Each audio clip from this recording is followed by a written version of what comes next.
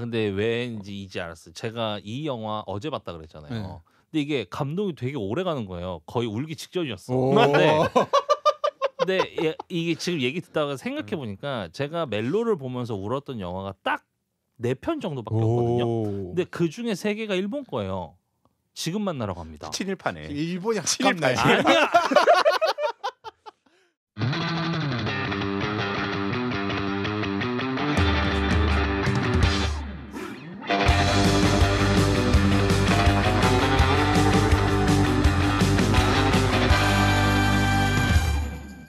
네, 김희기 14화. 14화죠. 네.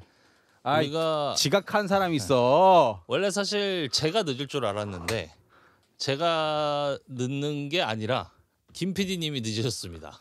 나는 아니, 이제 자유로워졌어. 일찍 와서 하자고 했잖아요. 저요. JTBC 압수수색 구경하느라고. 왜 남의 집 그 슬픈 일에 이렇게 구경을 가? 불났잖아. 불난 집에 구경을 가? 불구경이 최고죠. 저 불구경이 제일 재밌다고는 했는데 불구경이 최고지. 지금 하고 있어요? 아니 막 밖에 서 있고 막 기자들 와 있고 막 이러더라고요. 그래서 안 들어가? 그건 모르겠어. 나도 몰랐는데 이것 때문에 지금 왔네. 아니 15분에 하자 그랬잖아 당신들이. 아니 근데 이제 카톡방에 제가 올렸잖아요. 지금 올라갑니다라고. 그러니까 바로 왔었어야죠. 양아치는 거. 우리도 불났어. 어디 남의 집 불난 집 지금 구경 가고 있어. 어떻게 컴퓨터 다 삭제하시고. 아이 어떻게 우리 검찰님들이 압수수색 하신다는데 그걸 어떻게 다 지웁니까? 다 드려야지. 근데 어차피 파일을 삭제해도 그 복구 프로그램 돌리면 그 정도는 살아나니까요. 아이폰 잠금 이런 거 안 됩니까? 그래서 압수수색 피하시려는 분들이 보면 하드디스크를 아예 물리적으로 파괴해 버리잖아요. 물리적 파괴는 복구 못 하거든. 잃어버렸다고 하면 안 돼요? 저기 법무부 장관님 모시니까 잃어버렸다고. 뭐 컴퓨터가 아이폰이면 비밀번호 걸고 뭐 드리겠습니다만은 PC가 그런 건 아니니까요. 근데 언론사의 압수수색을 직접 뉴스타파 같은 경우는 직접 들어간 거죠 지금. 아니요, 지금 앞에서 막았죠. 그러니까 이런 시도들이 종종 있긴 했었죠. KBS도 2017년에 양승동 사장 체제 때 압수수색 하려다가 실패했었는데, 무섭네요. 네, 멀리 갈 것도 없이 작년에 MBC도 압수수색 하려다 실패했잖아요. 근데 저는 압수수색을 보면서 그런 생각이 들어요. 이게 진짜로 수사에 필요해서 얘들이 지금 압수수색을 하는 걸까? 보면 얘들이라뇨. 지금 검사님, 영감님한테 지금 뭐 하시는 영감님이라뇨. 야지 주고 이러면 안 되는 겁니다 이거.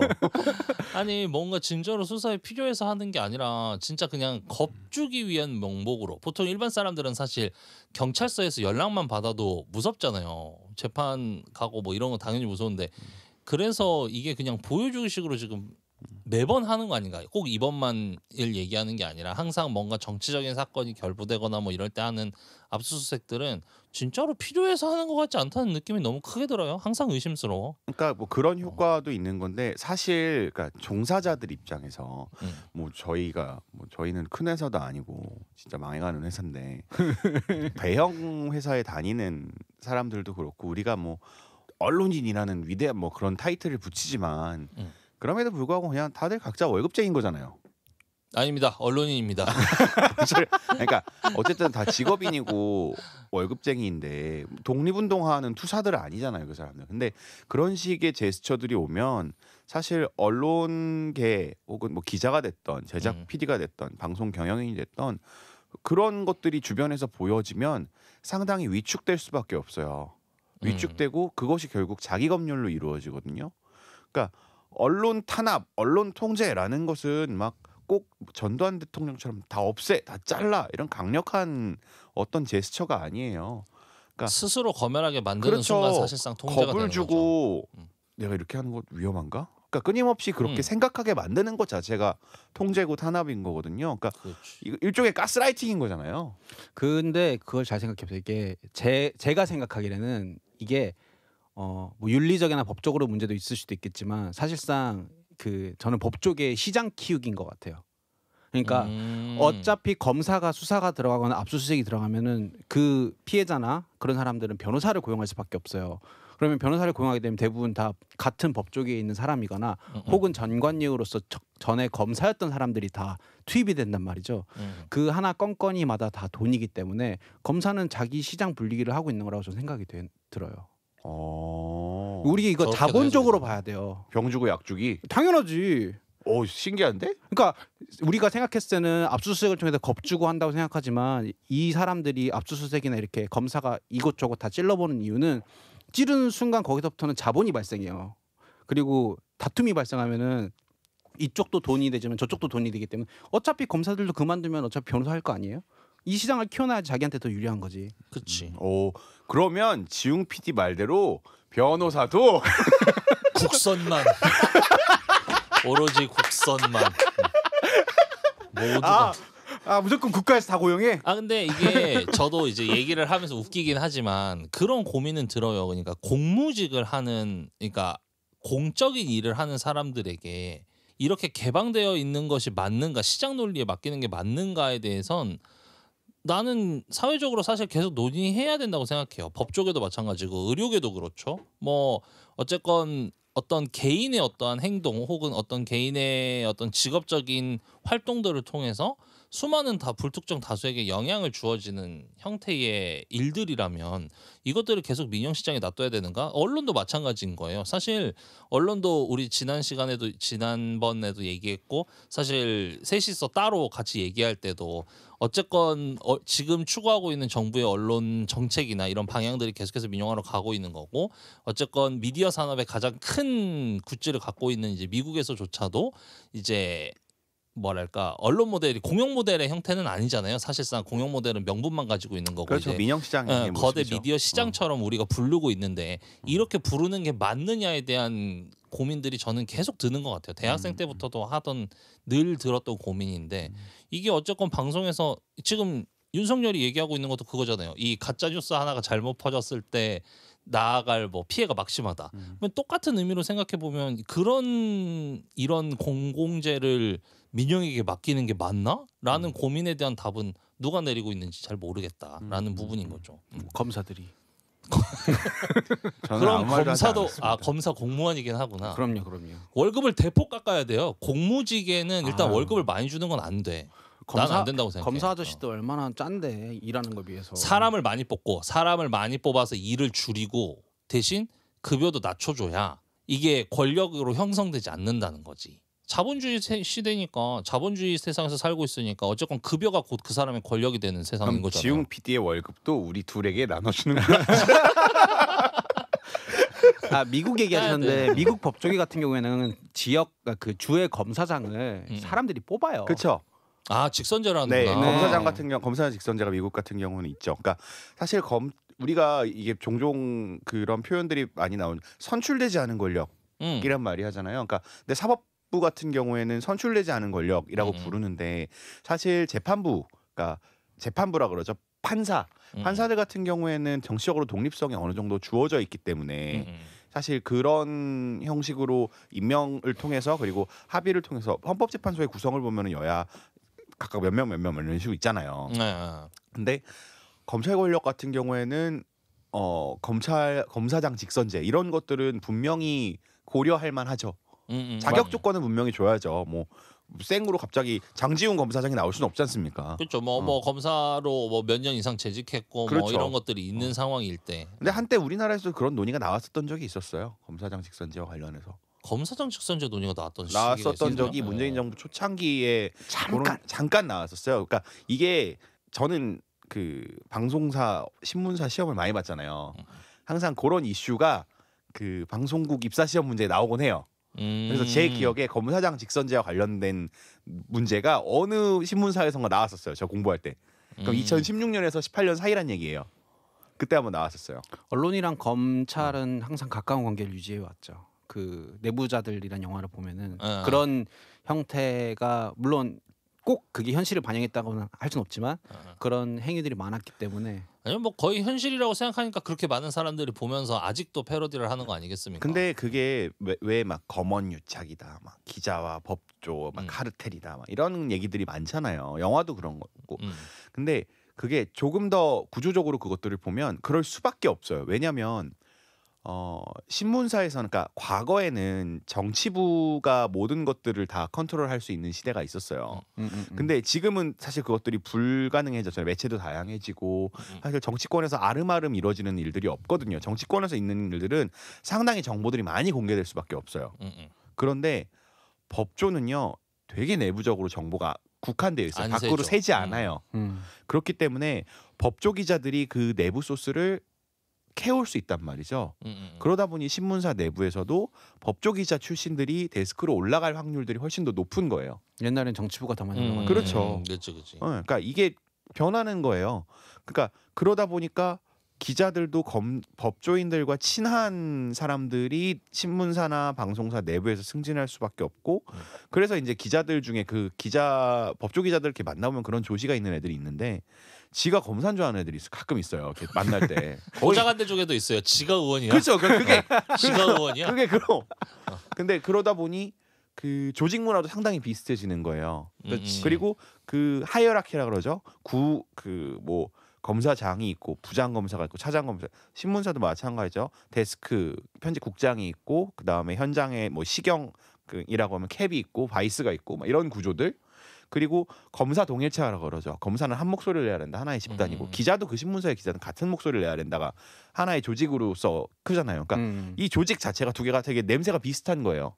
그래서 또 역으로 생각해 보면 프로듀서란 집단은 살짝 판사들과 비슷한 느낌이 있어요. 왜냐하면 판사들은 각각 자신의 단독 맞아, 재판부 맞아. 혹은 합의 재판부 거기에서의 최종 결정권자고 그것만 신경 쓰면 되잖아요. 그러다 보니까 판사들의 집단 행동 자체는 검사에 비해 상당히 낮죠. 그리고 방송사 내부에서 PD들이 집단 행동하기도 힘들어요. 왜냐면 자기 프로그램에 매몰되어 있기 때문에. 자기 재판에 그런 게 조금 매몰되듯이. 비슷해서 왜 방송 법조 이런 걸까라고 궁금해하시는 분들은 그 구조를 한번 생각해 보시면은 그럴 수 있겠구나라는 생각이 충분히 들 수도 있습니다. 오. 지난주도 그렇고 이번 주도 그렇고 약간 뭔가 날카로워. 우리의 그 방송 퀄리티가 급격하게 올라간 것 같은 느낌이.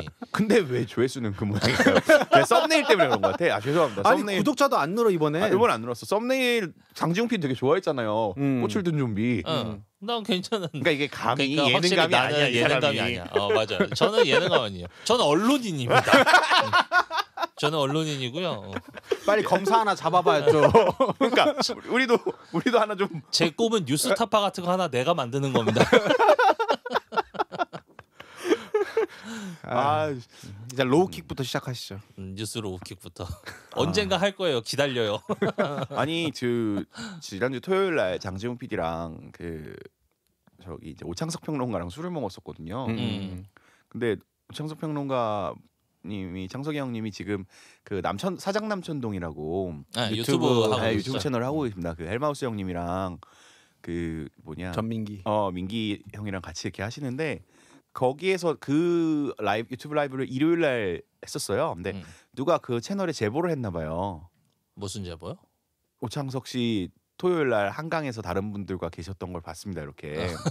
그래서 헬마 형이랑 민기 형이랑 계속 창석이 형을 쪼는 거야. 누구랑 있어 어떤 여자랑 있었나? 지난주에 그러니까 어제 방송본에서 그게 나왔어요. 어제 생방에서. 그러니까 이제 창석이 형이 TBS PD랑 있었는데요. 그래서 실명 공개하겠습니다. 그래서 나 말고 얘도 있었잖아. 장지웅도. 근데 내 이름만 공개한 거야. 이 형이. 이름을 까먹은 거 나 아닐까? 서운해. 이름 까먹은 거 아니야? 창석이 형 내 나 이름만 서운해. 공개한 거야. 그러니까 헬마 형이 뭐라 그런 줄 알아? 호정이는 이름은 미모인데 걔가 왁구가 아니라고. 근데 뭐 방송 출연 축하합니다. 부정할 수 없는 사실이기 때문에. 좋겠다. 좋겠다. 나도 이름도 이름 불리고. 한번 타보고 싶다. 장지웅의 난으로 그냥. 저는 제 이름이 등장하는 건 너무 부끄럽습니다. 왜 우리 부장님도 항상 방송에서 이름이 거론되시잖아요. 그분이요? 뭐 그렇게 사시라고 하십시오. 주말에 뭐 했을까요, 권 PD님? 주말에 저 오늘 영화 너의 이름을 보고 갑자기 일본 애니메이션에 꽂혀가지고 애니메이션에 꽂혔어요? 네. 그냥 일반적인 애니메이션입니까? 그런 AV 말고 이거 사람아. 그 요즘에 최애 아이라고 네. 엄청 그 유행하는 만화가 있는데 그 만화를 정주행을 했습니다.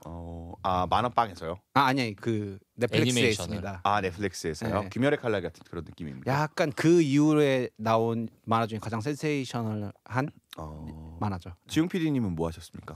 저는 이제 토요일 아까 얘기했던 것처럼 이제 술 먹고. 술 먹고 이제는 나이가 확실히 들어서 숙취가 하루 만에 끝나지가 않더라고요. 그래서 일요일은 사실 그날 많이 안 먹었는데도 일요일 날은 너무 이렇게 몸이 늘어져가지고 그냥 일요일은 집에 누워 있었습니다. 네. 영화는 어제 봤어요. 어제. 어떻게 토요일 날 잘 빠져나오셨나 보네요. 아니 끝까지 토요일 날 같이 끝까지 있었어요? 있기는 했었어요. 어떻게 허락 받으셨대? 그날 일단은 나오는 거 허락 받을 때는 12시 이전에 들어갈게라고 일단 해가지고 12시 넘게 먹었어요 우리. 네 맞아요. 그냥 연락을 안 받았죠. 그리고 집에 들어가서 일요일 날 뭐 이제 각종 집안일 하고 열심히 서빙하고 속죄 시간을 보냈죠. 저는 토요일에도 술 먹고 일요일에도 어제도 술 먹어가지고. 와이프가 한 번도 저한테 뭔가 이렇게 부정적인 어떤 호칭을 붙인 적이 없는데 처음으로 일요일 날 저한테 야 이 구라쟁이야라고 했어. 너는 귀엽다 그래도 구라쟁이 너는 끝에서. 술을 먹으면 맨날 12시 이전에 온다고 하지만 어떻게 나갔다 하면 무조건 12시가 넘어가냐. 귀엽네. 아니 근데 12시 넘어서 술 먹으면 안 되는 겁니까 결혼하면? 아니 이제 그런 건 아닌데 제가 항상 이제 허가를 요청하거나 할 때 12시면 끝나겠지라고 생각을 해요. 그러니까 실력 속에. 이거는 12시면 끝나겠지. 지용 PD가 잘못한 거예요. 그러니까 그렇지. 애초부터 맞아요. 그 방통위처럼 승인제와 허가제 이런 거를 만들어 버리면 안 돼요. 신고제로 갔었어요. 그렇죠. 아. 통보제 이런 거로 갔었어야죠. 근데 내가 그걸 방송사를 결정하는 건 만든다 막 이런 식으로. 그 결정은 내 권한이 아닌데 허가제로 할지 신고제로 할지의 결정권은 이제 와이프 가지고 이니셔티브를 잡지 못하신 거 아닙니까? 그런데 집에 대한 출입에 대한 허가는 집 안에 있는 사람이 갖고 있기 때문에 그렇지. 안에서 잠가 버리면 명의가 누군데요? 명의는 제 거기는 한데 그러면은 당신이 소유권을 주장해야 되는 거 아닙니까? 아니 법원 가? 그렇다고 역시 변호사가 최고야. 돈도 벌고 부부싸움에도 와이프한테 거주지 이전을 요청할 순 없잖아요. 요즘에 느끼는 건데 변호사 친구를 뒀었어야 됐어. 저희 방송하면서 근데 변호사 많이 보잖아요. 전 변호사 친구 많아요. 부럽다. 실제로도. 변호사 많이 보잖아요. 실제로 많은데 큰 도움이 안 돼요. 근데 많을 필요도 없는 것 같아. 별로 도움이 안 되는 변호사를 만나신 것 같고 한두 명만 있어도 충분한 것 같아. 아니 난 그러니까 전 되게 많거든요. 그러니까 왜냐면 고등학교 친구들도 변호사가 많고 왜냐면 또 고등학교 친구 많지 않아요? 영동고대에서? 네, 근데 저는 제 주위에 의사가 많았으면 좋겠어요. 의사가 필요하더라고. 의사 오히려. 필요하죠. 이제 종목별로 특히 그 많은 과는 필요 없어. 그러니까 이제 부모님 아프시고 뭐 이런 때 보니까 신경외과, 뭐 흉부외과 이런 데 아는 의사, 정형외과 이런 데 아는 의사 있으면 너무 좋겠더라고. 전 집안도 다 의사 선생님들이 많은 집안인데 다 갖췄네. 저랑은 누가 데려만 가면 되겠네. 도움이 여자가 하나도 안 없어. 돼요. 왜냐면은 변호사 친구도 많은데 걔네들이 그 기업 인수합병이나 부동산 담당이랑 나랑 전혀 상관이 없고요. 기업을 만드시면 되지. 아니 내가 만드는 기업 따위는 걔네들이 안 해. 최소 뭐 50대 기업 막 김앤장 이런 데 있잖아. 그러니까 내가 뭐 일반 형사는 몰라. 하나도 몰라. 다 민사만 하고. 민사 중에 막 부동산 기업법. 그런 거 M&A 뭐 이런 거에서 막 하나도 모르고 그쪽만 아는 거야. 그리고 의사 선생님들도 계신데 사실 산부인과 이런 건 나랑 전혀 상관이 없거든요. 나중에 결혼하고 하면 산부인과 의사도 알면 좋죠. 필요하죠. 아니 뭐 그러고 친한 친구 저는 되게 친한 친구가 있는데 수의사라 도움이 안 돼요. 제가 도움받는 건 술 먹을 때 수액나 주는 거. 이게 걔한테 걔 된 사람한테. 이게 개가 된 사람 개를 사람으로 바꿔주는 약물이. 이게 제가 서울대학교 동물병원에서 술을 많이 마셨거든요. 그러니까 이제 거기서 이제 서울대 뭐 메탄올로 만들어 먹었어요? 아니요. 수의대 동물병원이 지하에 있어요. 네. 그 관악 캠퍼스 쪽에 가면 좀 산 비탈에 있는데 거기서 이제 당직을 쓴단 말이에요. 걔는 이제 석박사까지 하는 아이들이니까. 근데 이제 거기서 당직 쓰는 선생님들이랑 밤에 야간에 뭐 안 오잖아요. 웬만하면 동물들이 안 와요. 그러니까 2차 동물병원에서 정말 위험한 상태다고 학교를 보내긴 하는데 그런 거 아니면 이제 그 지하에서 그냥 술 먹고 막 이런단 말이에요. 근데 들어보니까 그 동물들이 맞는 포도당 있잖아요. 그게 사람 거랑 똑같대요. 같겠죠. 같아서 그냥 아침에 그냥 그 병원 의사들도 숙취가 심하면 서로 놔주고 서로 아 이제 놔주고. 검사 압수수색 들어간다. 아니 지네들끼리 서로 놔준다는데. 약물 사용 오류 뭐 이런 걸로. 아니 포도당은 상관없습니다. 상관없어요? 프로포폴이 아니잖아요. 그 비타민 주사 같은 거예요. 포도당에 뭐가 들어있을지 어떻게 알아? 그래서 그런 것들도 하고 그리고 또 저기 고산병 치료하는 약으로서 그걸 쓰잖아요. 포도당을. 아니 그 비아그라.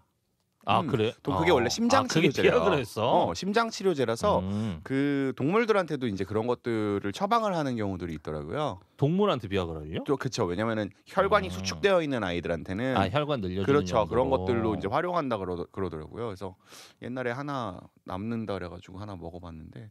먹어봤다고? 대박. 아니, 그러니까 어디에 쓰려고? 아니 멀쩡한 그냥 사람이 먹으면 진짜 며칠 간다던데. 그러니까 현장에서 실험용으로 갔는데 진짜 막 심장이 막 뛰고 막 그러더라고. 서요? 아니 그 자리에서 그러진 않던데. 아 그 자리에서는 아니고. 그래서 막 그런 것, 되게 신기한 경험이었었습니다. 자 이번 주에 영화 비아그라에서 갑자기 영화로. 오늘 영화 되게 예쁜 영화란 말이야. 왜? 아 예쁘죠. 예쁘지. 자, 오늘 너의 영화 너무 이름은 예쁘더라고. 이고요. 상카이 마코토 감독 작품이고 2016년으로 기억합니다. 2016년으로 기억하고 이 이후에 상카이 마코토 감독이 만들었던 영화들을 보시면은 뭐 날씨아이라든지 그리고 가장 최근에 나왔던 건 스즈메. 스즈메 문제. 스즈메 문서. 스즈메 보셨습니까? 안 봤습니다. 못 봤어요. 아, 제가 애니를 잘 안 봐요. 저는 근데 애니 되게 많이 볼 것 같이 생겼어요.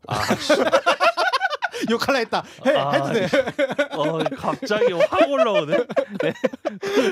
아니 저는 상카이 마코토를 워낙 좋아해가지고 다 봤거든요. 아 저도 엄청 네, 좋아했어요. 지금 그리고 이 작품 너의 이름은 같은 경우에는 옛날에 이제 시간을 달리는 소녀라는 그거는 다른 문거죠. 애니메이션이 있었는데 이제 그거랑 조금 느낌이 비슷하다고 하죠. 기본적으로 타임슬립물이었고 그래서 제가 이거 보고 나서 한 번 더 그걸 다시 찾아보려고 너의 밧줄은 열심히 돌아다녔는데 커뮤니티에 이렇게 짤로만 있어요. 근데 이제 그게 커뮤니티도 19금 커뮤니티가 아니라 일반적인 커뮤니티다 보니까 그냥 모자이크가 되어 있거나 가려져 있거나 하겠지. 아니 그런 장면들은 못 넣고 그냥 스토리상 비슷한 장면들 예를 들어서 그 첫 시작이 뭐냐면 그 다다미 방에서 그 여자 배우 이름 무슨 아야네였는데 아무튼 그런 그 배우가 자기 가슴을 만지면서 시작합니다. 그러니까 애니의 느낌은 그게 아니었다고. 아니야, 그러니까 그 몸이 바뀐 거지. 그게 이제 첫 장면이더라고. 그래서 그런 짤들이 이렇게 있더라고요. 그래서 너의 밧줄은 뭐 이런 포스터도 똑같아요. 그 머리끈 이렇게 딱 그 빨간 거로 묶고 그 배우가 그러고 있더라고. 연구 열심히 했네. 연구 열심히 했어. 오늘 썸네일도 이건가? 자, 장재국 PD님 줄거리 소개해 주시죠. 네, 일단 이 영화가 아까도 얘기했다시피 이제 타임슬립 영화라서 이게 제가 지금 얘기 드리는 것만으로는 분명 청취자 여러분들이 줄거리를 이해하기는 쉽지 않으실 거예요. 그래서 이 영화는 반드시 보실 거를 좀 얘기 드리고 저는 간단하게만 설명을 드릴게요. 이게 그 영화 속에 나오는 이 애니 속에 나오는 여주인공은 미츠아라는 인물입니다. 이 한 시골 마을에서 할머니 그리고 여동생과 함께 사는데 이 미츠아의 가문은 그 신사를 운영하는 무녀 가문이라고 볼 수 있죠.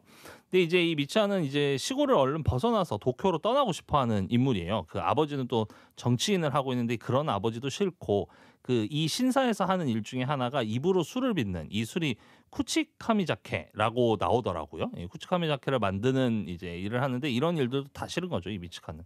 근데 이 미츠카는 이 도쿄에 있는 본인의 꿈 희망사항 때문인지 모르겠지만 어쨌건 이 남자아이와 도쿄에 사는 남자아이와 몸이 바뀌게 되는데요. 이 남자아이의 이름은 타키라고 합니다. 이 미츠아와 타키는 처음에는 서로 몸이 바뀌는 걸 잘 몰라요. 이게 무슨 상황인지를 잘 모르는데 서로의 몸, 뭐 일기장 뭐 이런 데다가 서로 이제 메모를 남기는 과정 속에서 서로의 몸이 바뀌고 있구나라는 거를 알게 됩니다. 그리고 어느 정도 이제 적응을 하면서 서로의 일상을 지키는 일종의 룰을 서로 만들고 그 안에서 서로 협력하면서 뭐 좋은 점도 있고 나쁜 점도 있고 그렇게 되는데요. 이 문제는 타키의 시선, 타키의 영혼이 미츠아의 몸으로 들어가 있을 때 이 미츠아의 몸이 그 할머니 그리고 여동생과 함께 신사의 본체에 다녀오게 되는데 이 다녀오는 길에 이제 황혼의 시간, 영화 속에서 이 황혼의 시간이 굉장히 중요한 시간인데 이 황혼의 시간에 할머니가 알아차리게 됩니다. 그러면서 이렇게 물어요. 미츠아 너는 지금 꿈을 꾸고 있구나 라고 물으면서 타키가 원래의 몸으로 돌아오게 됩니다. 그리고 나서 그 이후에는 이제 실질적으로 몸이 바뀌는 일이 일어나지 않게 되죠. 근데 이제 타키가 이제 기억 속에 남아있는 이 인물 여자 친구 이츠아를 찾기 위해서 이제 노력을 하기 시작합니다. 뭔가 자꾸 사랑이라고 표현하기에는 뭐 할 수도 있겠지만 어쨌건 뭔가 신경이 자꾸 쓰이는 거죠. 그래서 이 그 타키가 미츠아를 찾아 나서는데 한 라면집에서 이 마을이 이토모리 마을이라는 것을 알아내게 되고 이 이토모리 마을이 해성이 떨어지던 날 해성의 일부가 마을에 떨어지면서 초토화되었던 마을이다. 그래서 거기에 살고 있었던 사람들도 상당히 많이 죽었다는 사실도 알게 되고 그것도 무려 본인이 살고 있는 시간 기준으로 3년 전에 일어났었던 일이다라는 걸 알게 되면서 굉장히 혼란스러워합니다. 근데 어쨌건 타키가 이 미츠아를 이 자신의 기억, 자신이 남아있는 그 기억 속에서 어떻게 해서 이 미츠아에게 이 해성이 떨어질 수 있으니 주의를 시키기 위해서 이제 신사의 본체에 가가지고 그 아까 얘기했던 그 술 있죠, 입으로 빚은 술, 그거를 먹음을 통해 가지고 다시 미츠아와 연결이 되게 되고 결국 타키의 노력 덕분 혹은 또 미츠아의 노력 덕분이라고도 볼 수 있겠죠. 어쨌건 둘의 노력으로 다행히 이 미츠아는 이 과거의 기억과는 다르게 이 해성이 떨어질 때 피해서 살아나게 됩니다. 근데 문제는 이제 이 둘의 기억 속에서 서로의 이름이 지워지는 거죠. 서로 알아보지 못하게. 근데 어쨌건 이후에 이제 영화 뒷부분에 가면 그 타키도 그렇고 미츠아도 그렇고 계속해서 서로가 뭔가 기억 속에서 뭔가 아련하게 찾는데 뭘 찾고 있는지 본인들도 모르는 상황에서 우연히 이제 서로 다른 지하철을 타고 있는 상황에서 지하철 창문을 통해서 둘이 마주치게 되고 이 둘이 뭔가 알 수 없는 힘에 이끌려서 둘이 내려서 서로를 찾으면서 만나는 게 영화의 마지막이 됩니다. 키미노 나마에와. 네. 줄거리 소개가 많이 늘었는데요. 오, 그러니까. 그 영화 안 봐도 되겠어요. 근데 이건 근데 직접 보셔야 되는 것 같은 게 저도 이 영화 줄거리를 정리를 몇 번을 했어요. 몇 번을 썼다 줬다 했는데 역시 도저히 노력했지. 안 그거는. 나오는 거야. 그래서 찾아보니까 구글에서 검색하시면요. 나무위키의 시간 순서대로 인물별 시선대로 정말 너무 잘 정리되어 있어요. 그거를 그러니까 영화를 보기 전에 그걸 보면 오히려 헷갈리실 거고 영화를 보고 나서 내가 이 스토리를 좀 더 이해하고 싶다. 줄거리부터 파악을 좀 제대로 하고 싶다 싶으면 차라리 그 구글링을 하시는 게 더 나을 것 같아요. 이게 그 다른 각종 영화 블로거들이나 이런 분들이 엄청 줄거리 소개나 그렇죠. 이런 걸 써놓으셨는데 그걸 봐도 저는 잘 이해가 안 되더라고요. 근데 진짜 나무위키 한 방에 정리가 그냥 바로 됐습니다. 모든 정보가 다 있는 모든- 그 개봉 나무위키 당시에도 한 방. 그런 복잡한 시간 순서와 이 음. 관계 때문에 그 다회차 관람하신 분들이 상당히 많았었죠. 그렇게 그렇죠. 될 것 같더라고요. 한 두세 번씩 본 사람들도 많고 그래서 제가 알기로는 이게 그 센가 치히로의 행방불명 이후로 가장 많이 본 일본 애니메이션, 일본 영화인 걸로 알고 있어요. 그래서 저는 이 영화 원래 신카이 마코토의 상당한 팬이었고 만약에 이 영화를 보고 신카이 마코토의 이 감독에 대한 그 영화를 더 알고 싶다. 그럼 저는 개인적으로 초속 5cm라는 영화를 꼭 보셨으면 좋겠어요. 그 추천 왜냐면 많이 하더라고요. 이 영화가 나오는 데 있어서 가장 큰 영향을 미친 전작이 그 초속 5cm라는 영화고 지금 이 감독의 가장 큰 특징 중에 하나가 그 하늘이나 날씨나 이 배경들을 상당히 이쁘고 아름답게 잘 그려놨어요. 저는 이번에 TV로 봐가지고 그 전보단 감동은 덜했는데 영화관에서 볼 때는 진짜 그랬을 것 같아. 너무 진짜- 잘 그렸죠. 진짜 말 그대로 그 숨이 멎을 것 같은 광경들을 진짜 너무 잘 그리는 감독이라 항상 그런 부분에 있어서 실망을 시키지 않는 것 같아요. 그러니까 내가 이제 진짜 모니터로 본 걸 후회했다니까. 보고 신카이 나서. 마코토가 우리나라에서 딱 일본 애니메이션 영화로 개봉하는 일본 애니메이션 하면 사실 그 전에는 미야자키 하야오 감독이었었잖아요. 그쵸. 근데 이제 미야자키 하야오의 작품들은 토토로가 그분인가? 토토로가 맞아요. 맞습니다. 토토로라든지 아니면은 천공의 성 라퓨타라든지 뭐 여러 가지들이 있는데 미야자키 하야오는 일본의 뭐 토속 신앙이라든지 아니면 그러니까 완전 판타지의 세계예요. 거기는 그러니까 어떤 판타지의 세계고 뭔가 가상의 세계들인데 일상과 거리가 멀죠. 거리가 되게 멀죠. 쉽게 생각하면 이상한 나라의 앨리스 같은 느낌이에요. 근데 신카이 마코토는 일본의 토속 신앙들을 활용을 하면서도 그리고 일본의 현재의 모습들을 너무너무 잘 그려요. 그러니까 도시의 그림들. 도시의 모습들, 시골의 모습들 그런 것들을 되게 대비적으로 잘 그리고 왜 그럴까를 보시면 신카이 마코토 감독은 원래 그 게임 회사에 있었어요. 아. 처음에 데뷔하기 그거로 이제 그 팔콘이라는 일본의 게임 회사가 있는데 대표적으로 여러분들이 아실 만한 것은 영웅전설 그런 거에 그러니까 쉽게 생각하면 원래 게임 개발을 그리는 역할이라기보다는 그거에 앞뒤에 활용되는 우리나라로 치면 OAP 같은 느낌인 거죠. 온에어 프로모션 같은 느낌인 건데 그래서 팔콘 같은 회사는 게임에 처음에 우리가 세가 이런 식으로 뜨잖아요. 와 추억이다 진짜. 진짜 유초이다. 그 팔콘이라는 회사에서 만든 게임에 제일 처음에 이제 팔콘이라고 그 애니메이션으로 딱 로고가 효과. 뜨는데 그 로고를 신카이 마코토가 만들었다고 하더라고요. 저도 그걸 나무위키에서 봤습니다.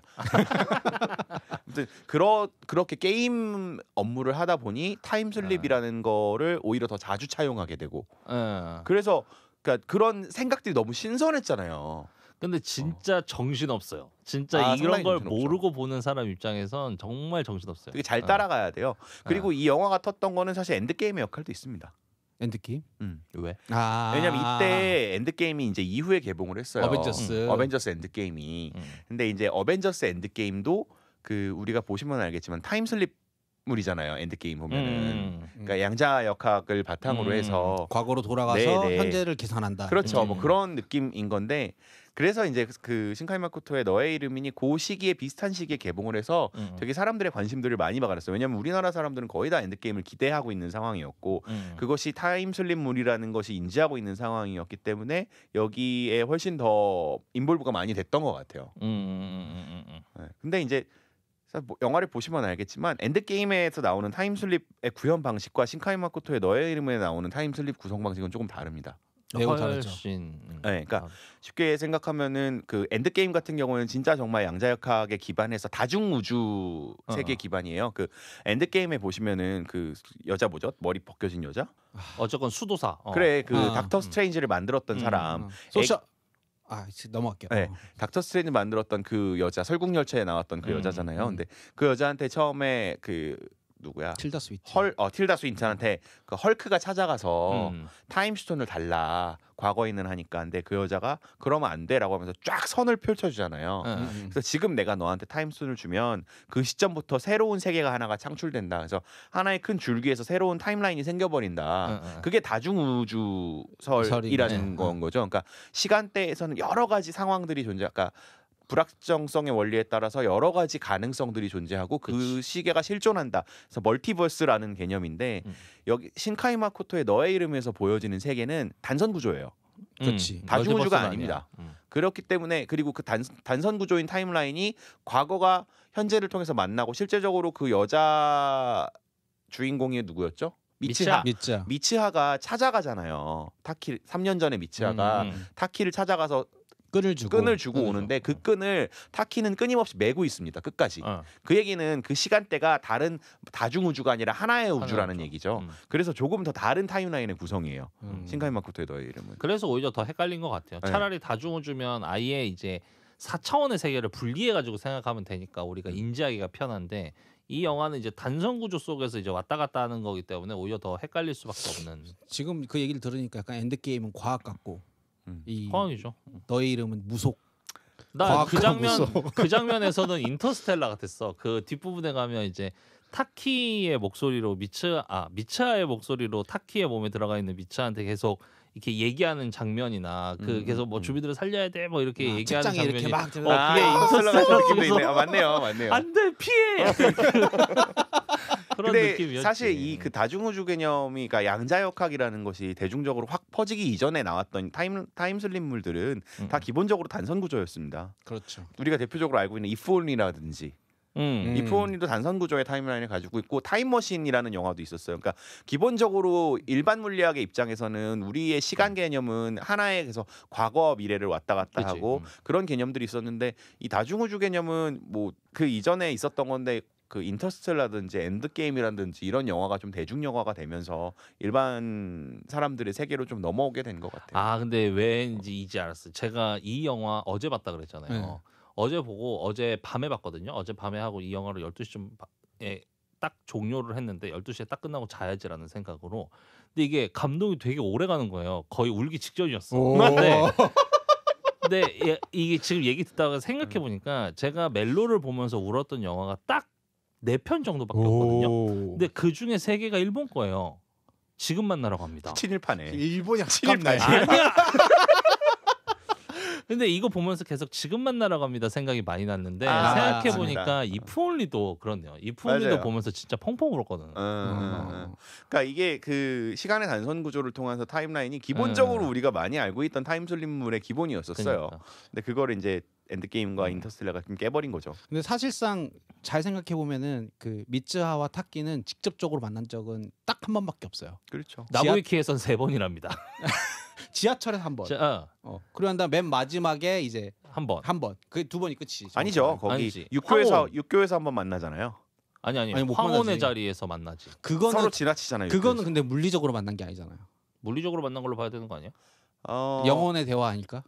그러니까 어. 일종의 딱 그러니까 개기일식 같은 시간이라고 생각했어요. 저는 그 황혼이라는 시간이. 나는 그게 시간이 깨지는 시점이라고 봤어요. 3년 전과 현재가 현재 만나는 시간이 시간이 깨지는 그 경계가 허물어지던 시간이 황혼이었던 거 아닌가? 그러니까 잘 만들었어요. 그런 장치들을 너무너무 잘 녹였고 그리고 일단 그림체도 너무 예쁘고 맞죠. 그리고 전형적인 일본 만화의 그런 요소들이 되게 많이 들어가요. 그렇죠. 그 축제라던가 축제라든지 도시와 그거의 비교라든지 혹은 그리고 뭐 드래곤볼이나 아다치미츠루의 H2 같은 옛날 일본 만화에서 나오는 그런 조그만한 그 색드립신이라 그래야 될까요? 그런 씬을 가슴 만지는 행위라든지 아니면 미치아가 뛸 때 팬티가 보인다든지 뭐 이런 것들. 애초에 그리고 이 이야기의 장르 자체가 일본에서는 보이즈 밋 걸이라고 해가지고 남자가 여자를 만나서 그 하는 멜로 청소년 멜로물이 상당히 많이 재생산되는 장르이기 때문에 그것조차도 잘 들어가 있는 그 영화죠. 그리고 저는 이 영화가 사실상 사회적 메시지도 많이 되게 담았다라고 생각을 하거든요. 왜냐면은 이게 그 재난 3부작 중에 제일 첫 번째 동일본 대지진 얘기죠? 이거? 네, 동일본 대지진 이후에 그거를 겪었던 사람들이나 그거를 그 사람들이 피했으면 좋겠다는 염원이 담긴 그 영화이기도 하고 그리고 그 감독 인터뷰를 봤었는데 그 자기 그 미짜의 아빠가 이장이잖아요. 면장. 면장인가? 뭐 면장이잖아요. 근데 그 분은 피하지 말고 가만히 있어라 그러고 자기 미츠아는 자꾸 피해라라고 하는데 세월호인 줄? 감독이 맞아요. 실제로 세월호 언급을 사건을 하셨습니다. 보고 그래요? 영감을 얻어서 그 씬에 반영을 했다라고 인터뷰를 했더라고요. 그러니까 기본적으로 신카이 마코토가 친한파에 속하는 감독으로 분류가 되거든요. 그러다 보니까 그런 것도 많이 났고 기본적으로 그런 재난, 수몰 지역에 대한 마음 이런 것들이 있어서 그 이후의 작이었던 날씨의 아이 같은 경우에는 동일본 대지진 도쿄가 가라앉은 이후에 비가 너무 많이 내리고 그러니까 도쿄가 아예 수몰되어 있는 기본적으로 수몰에 대한 것들이 되게 많아요. 그리고 날씨 아이에 나왔던 그 조연들이 날씨 아이랜다. 저기 너의 이름에 나왔던 그 조연들이 날씨 아이의 카메오로 잠깐 다 출연합니다. 그 친구들 있잖아요. 결혼한 2명. 걔도 살짝 출연하고 미츠아도 나오고 타키도 나와요. 미치아도 나오고 타크도 나옵니다. 그래서 그 안 그래도 찾아보니까 이 미츠아와 타키가 이 감독이 유일하게 공인한 커플이라 그러더라고요. 다 이 감독이 만든 작품 속에서 남주인공 여주인공은 다 찢어지는데 얘네만 딱 붙어 있던 거라고. 얘네 결국 사귀는 겁니까? 이름 그렇대요. 모르잖아요. 사귀게 된대요? 그 뒤에 나오는 아까 지금 이 얘기가 날씨 아이의 얘기인 건지 그 뒤에인지 모르겠는데 센과치로였는지 모르겠는데 그 이 할머니가 등장한다면서요. 그 날씨 근데 아이입니다. 그 할머니가 등장하는 데에 옆에 액자에 타키랑 미츠아와 그 아이 있어. 가 맞아, 맞아. 있대요. 나는 그 영화를 안 봐서 모르는데 어제 이제 검색을 하다 보니까 나오더라고. 그러면 근데- 걔네도 끈으로 묶여지는 건데. 무습이 무수비 스베떼와 무수비 나는 무수비를 아니라 그래서 속으로 순간적으로 그 먹는 무수비 있죠. 그 가방 속에 있었던 게 도시락인가? 라고 이제. 그 저기 센파이는 어떻게 생각하세요? 센파이 진짜 예쁘지 않았어요? 우리 담배 나- 피는 섹시한 센파이. 센파이. 그 센파이는 결국 친구랑 사귀게 되는 거죠. 결혼한 거 같죠? 마지막에? 맞아. 근데 걔네 너무 썸 탔어요. 그 여행 갔을 때. 그 타키만 찾으러 간 거지 뭐. 둘이는 타키 핑계 대고 데이트 간 거고. 그러니까 그치. 타키는 좀 병신 같았어요. 자기가 그래도 한때 좋아했던 사람인데 친구한테 뺏기는데 그 뺏기는 사실조차 인지하지 못하는 게 얼마나. 근데 나오지만 타키는 처음에는 분명 그 선배를 오버시기 선배죠. 그 선배를 좋아했던 건 맞는데 이미 중간부터는 계속 그러니까 이게 사랑이 그런 거라니까. 이게 내가 좋다는 감정이 드는 거는 말 그대로 그냥 호감이고 진짜 사랑이 되려면 얘가 자꾸 신경이 쓰여야 돼. 근데 그래야 비로소 사랑으로 넘어간다. 그 선배는 어느 순간부터 타키를 신경 쓰기 시작했거든. 그러니까 그 타이밍이 맞지 않은 거지. 타키는 그 이전에는 뭐 영화 속에서 자세하게 나오지 않으니까 모르겠지만 어쨌건 호감이었던 건지 아니면 좀 더 걸렸는지 모르겠지만 어쨌건 이 몸이 바뀌고 나서 이제 서로의 룰을 정하고 이런 상황 속에서 어쨌건 상상이 그래서 무서운 건가? 상상 속에서 어쨌건 그 미츠아 가상의 타키 입장에서는 그때는 가상이니까 가상의 그 미츠아에게 자꾸 신경이 쓰이는 거지. 근데 그 신경이 쓰이면 자연스럽게 없던 호감도 생기게 되는 거고 없던 사랑도 만들어지게 되는 거고 그런 거죠. 그러니까 미츠아를 결국 더 좋아하게 된 거라는 거죠. 그러니까 만졌으니까. 아니 맞잖아요. 만졌는데 마음에 안 들 수도 있잖아. 아니 그 타키 표정 봐. 그러니까 그 타키는 그 막 미치아가 죽은 다음에 울면서도 막 만지잖아요. 아 난 사실 그건 근데 살아있음을 느끼는 장면이지. 아 그건 살아있음을 느끼는 게 아니죠. 처음에는 살아있음을 느끼지만 나중에 동생이 탁 문 열고 들어왔을 때는 울면서 만지잖아요. 아 제발 손 모양 안 해줄래요? 그 장면 되게 웃기긴 했어. 그 유치아도 되게 귀엽게 나왔고. 아 근데 둘이 갑자기 그렇게 사랑에 빠지고 난 솔직히 좀 설득력이 조금 떨어지긴 했었어. 근데 역으로 생각해봐요. 여건 PD가 딱 있는데 다른 이성과 몸이 바뀌었어. 근데 그게 이렇게 자주 반복이 돼. 사랑에 빠질까? 오 근데 나는 못할 것 같아. 근데 바뀐 사람이 것 같은데? 바뀐 사람이 뭐 고아라야. 사랑에 빠질까? 많이 만져놔야겠다. 야 진짜 이 사람 변호사 많이. 아 이거 보여야겠네. 이번 주 편집 나니까 이건 잘라야지. 삐 편집하고 다시 시작하겠습니다. 아 형수님이 갑자기 들으면 어떡하려고. 이거 진짜 지울 거야? 아니면 삐 처리를 해버리던가. 아무튼 그래서 되게 여러 생각들을 그러니까 그런 물들 몸이 바뀌는 영화들은 좀 있었어요. 체인지란 영화 기억나십니까? 체인지는 되게 옛날 영화인데요. 고등학교 어. 정준이란 배우 아세요? 정준. 네, 알아요. 정준이란 배우가 하이틴물이에요. 90년대에 나왔던. 근데 번개 맞아가지고 남자랑 여자랑 몸이 바뀌는. 그 그런- 장면 본 것 같아. 네, 그 되게 유명한 영화였었어요. 그런 것들이 되게 많고 몸이 바뀐다의 설정은 되게 많이 있었던 건데. 이게 확실히 달라요. 저는 몸이 바뀌는 영화라 그러면 제일 먼저 떠오르는 게 영화 제목은 잘 기억이 안 나는데 그게 내가 이게 영화관에서 본 게 아니라 DVD 방에서 본 거거든요. 근데 왜 기억이 안 날까? 어디 저기 흑성동 정문 뭔데? 뒤에 있는 쪽에 중대병원 왜 옆으로 기억이 안 골목에 나요? 있는 거 얘기하시는 거죠? 자세한 얘기는 피하겠습니다. 근데 만지느라 그런 건가? 그 신하균이랑 변희재가 나와서 변희재가 그 변희재? 그 할아버지. 변희봉. 변희봉. 변희재는 아, 우리 그래. 애국 보수 변희재 선생님. 변희봉. 입이 더러워졌어. 왜? 네, 그 변희봉 씨는 되게 돈 많은 사업가로 나오는데 몸이 아파. 근데 이제 젊은 백수 같은 친구들한테 돈을 주고 게임을 제안하는 거지. 그래서 게임에서 이기면 이제 변희봉의 뇌와 그 척수를 그대로 그 살아있는 저기한테 바꿔 젊은 몸뚱이로 바꾸는 거지. 그리고 변희봉은 그렇게 영생을 더 게임이라는 영화. 그거 저도 봤습니다. 그거 되게 최근 영화예요. 언제 쪽이에요? 한 2000년대 이후로 기억하는데. 그래요. 어쨌건 DVD 방에서 봤으니까 나 대학교 이후니까 2008년 이후여야지. 맞아요. 그런 영화가 있었죠. 그거는 이제 그냥 정말 말 그대로 몸이 바뀌는 거고 체인지 같은 경우에는 멜로를 기반으로 한 몸이 바뀌는. 근데 너의 이름은도 사실 비슷한 맥락이었던 것 같아요. 몸이 바뀌는데 거기서 애정. 그러니까 그리고 그 감정들을 건드리잖아요. 장지용 PD 사회적인 메시지 안다면 화내는 장지용 PD 울라 그랬대잖아요. 나는 정말 그 근데 어디서 그렇게 울 것 같았어요? 그 저기 마지막에 어쨌건 둘이 서로 이름도 몰라. 그냥 기억 속에 나지막히 있어. 이 사람이 맞는지 아닌지도 모르겠어. 그래서 어쨌건 마주치고 계단 사이로 가려다가 미처 말을 못 걸고 지나갔다가 결국 뒤돌아가지고 말을 걸 때. 네. 엔딩 장면. 그 감정이 너무 이렇게 이거 초속 5cm 봐도 펑펑 울 것 같아. 이제부터 좀 집에 가서 나의 밧줄은 찾아본다. 그 뭐지? 둘이 결혼했다고 공식으로 확인해줬다고 했잖아요. 감독이. 그게 되게 중요한 이유가 뭐냐면은 이 감독의 특징 중 하나가 커플들이 항상 엇갈리는 게 주요 메인 그 소재? 씬이었거든요. 그런데 이번 영화에서 처음으로 두 커플이 맺어졌기 때문에 그게 되게 의미 있게 써져 있었던 걸 거예요. 나무 있게. 그러니까 사실 이게 연이라는 거 있잖아요. 우리나라 표현으로 하면 인연이라는 건데 이건 상당히 동양적 개념이잖아요. 그렇죠. 그러니까 그것도 끈으로 연결되어 있다는 것도 동양적이야. 일본에서도 그러니까 우리가 귀접을 할 때를 보면은요.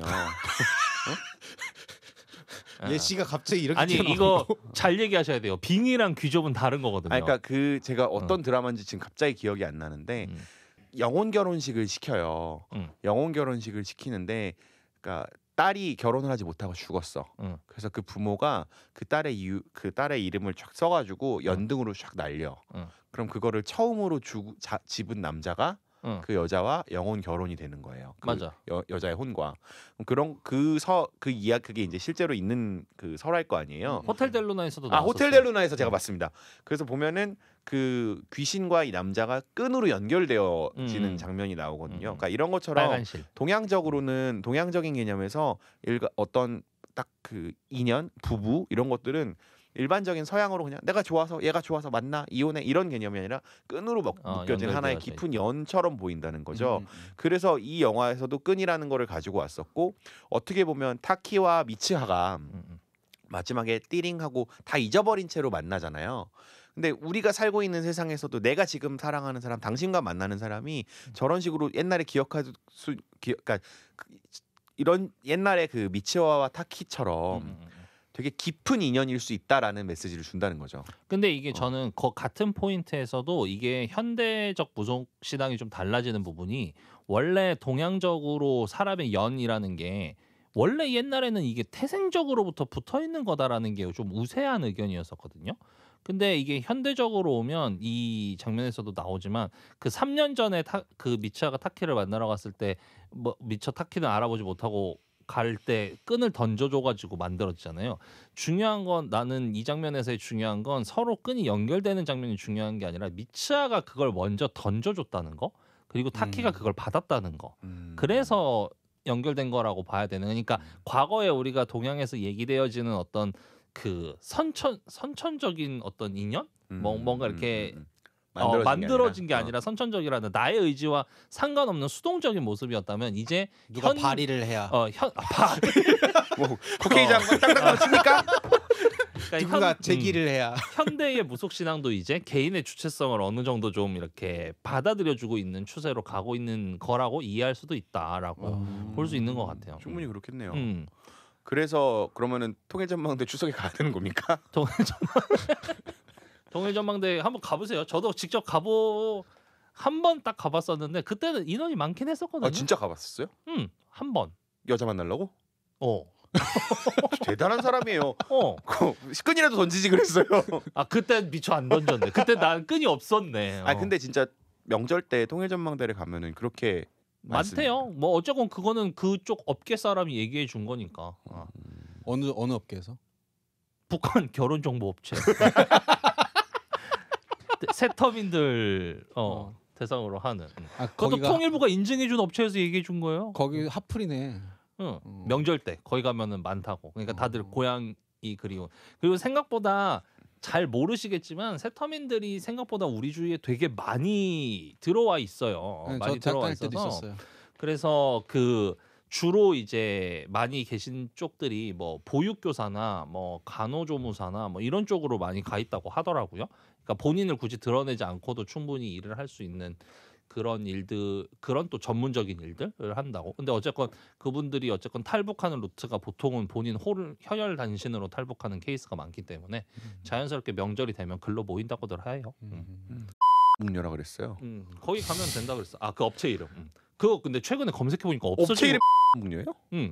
아 난 그냥 여자는 북한이잖아요.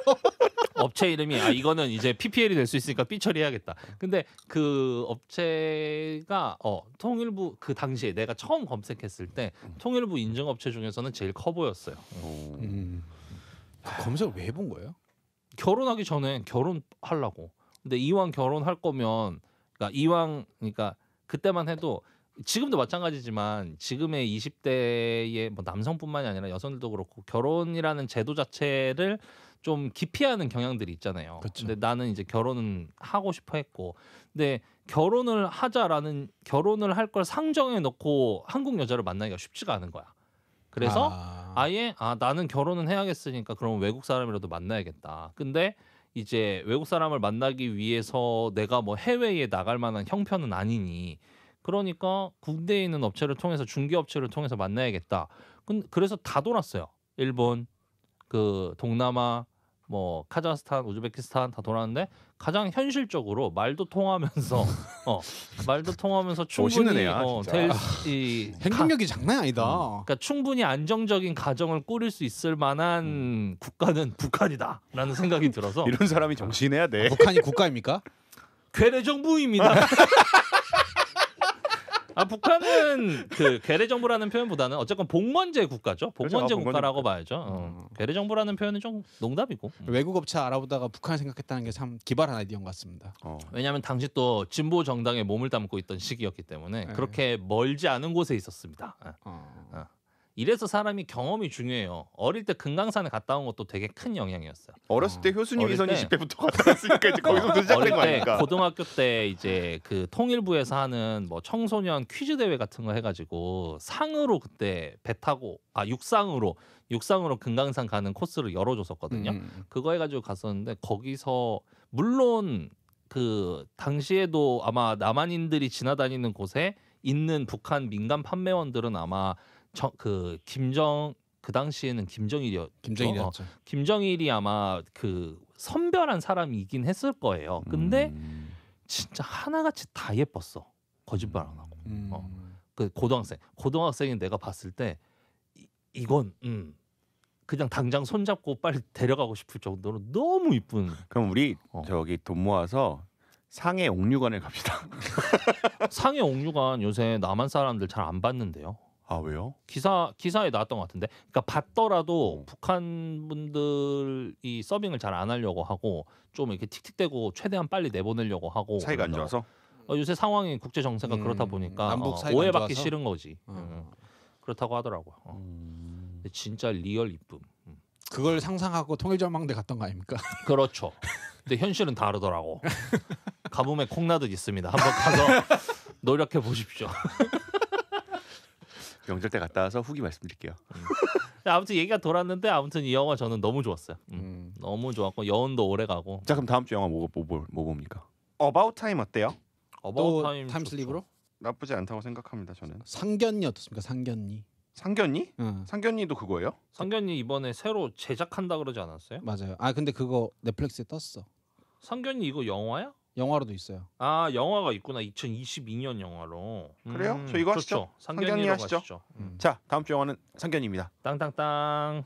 빠이.